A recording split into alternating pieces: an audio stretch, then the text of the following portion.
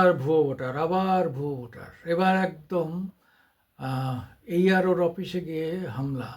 শুভেন্দু অধিকারী যে বলছেন 13.5 লক্ষ ভোটার, না 13,26,000 আর কি, 5টা লোকসভা কেন্দ্রে এত ভুয়ো ভোটার, তাহলে তো সারা রাজ্যে প্রায় 1 কোটির উপর ভুয়ো ভোটার হবে। তো এটা কি করে উনি চিহ্নিত করলেন যে এতগুলো ভুয়ো ভোটার? ওনার কি সেই মেশিনারি আছে? প্রত্যেকটা বুথে গিয়ে প্রত্যেকটা বাড়ি বাড়ি গিয়ে এগুলো স্ক্রুটনি করতে হবে, সেটা তো একটা বিরাট ব্যাপার। তিনি এটা করলেন কি করে?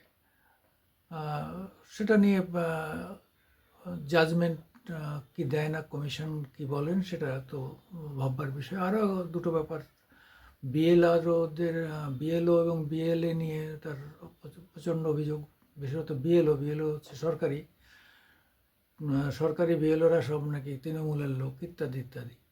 তো এখন সব সরকারি অফিসারই তো তৃণমূলের, অর্থাৎ তৃণমূল যেহেতু শাসক, ফলে সেখানে আপনি আলাদা করে শাসক বিএলওদের মধ্যে আবার কি করে বেছে নিলেন যে এরা বেশি তৃণমূল, এটা কম তৃণমূল, আর এটা তৃণমূল না? এই যে বিষয়গুলো বেশ বেশ গোলযোগ। মানে আপনাদেরও নিশ্চয়ই ভাবে তুলেছে যে এসআইআর নেই, এমনিতেই বেশ বাংলা সরগরম, 12টা রাজ্যে হচ্ছে, কিন্তু বাংলার মতো এই এত তীব্র উত্তেজনা বা বিতর্ক, রাজনৈতিক তরজা এগুলো হচ্ছে না। কেন হচ্ছে না সেটা এই মুহূর্তে বলা মুশকিল।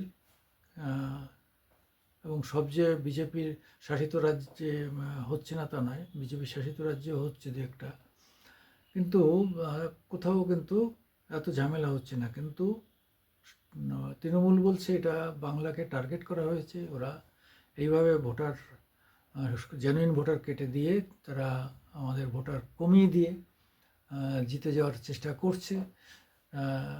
এবং যথারীতি সেটা একটাও ভোটার যদি কাটা হয় তাহলে হুমকি দেওয়া হচ্ছে।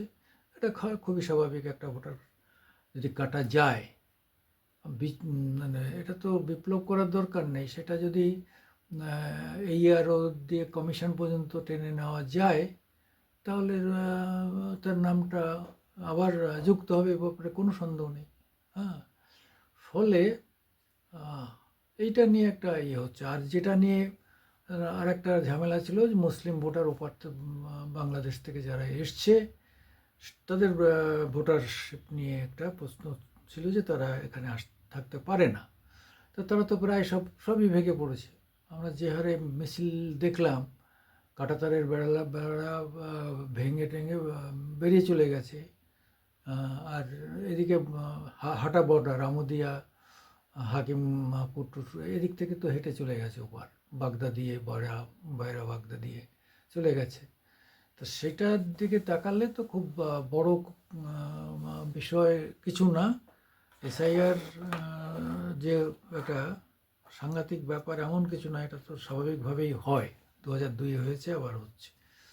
তবুও রাজনীতি যেখানে খুব তুল্যমূল্য একটা লড়াইয়ের জায়গায় আসে, তখন তো এসব প্রশ্ন ওঠে। আপনারা কি বলেন? আপনারা একটু বলবেন আমাদের আজকের দিন ইউটিউবে, দয়া করে একটু আমাদের সাবস্ক্রাইব করে বাড়িয়ে দেবেন প্লিজ।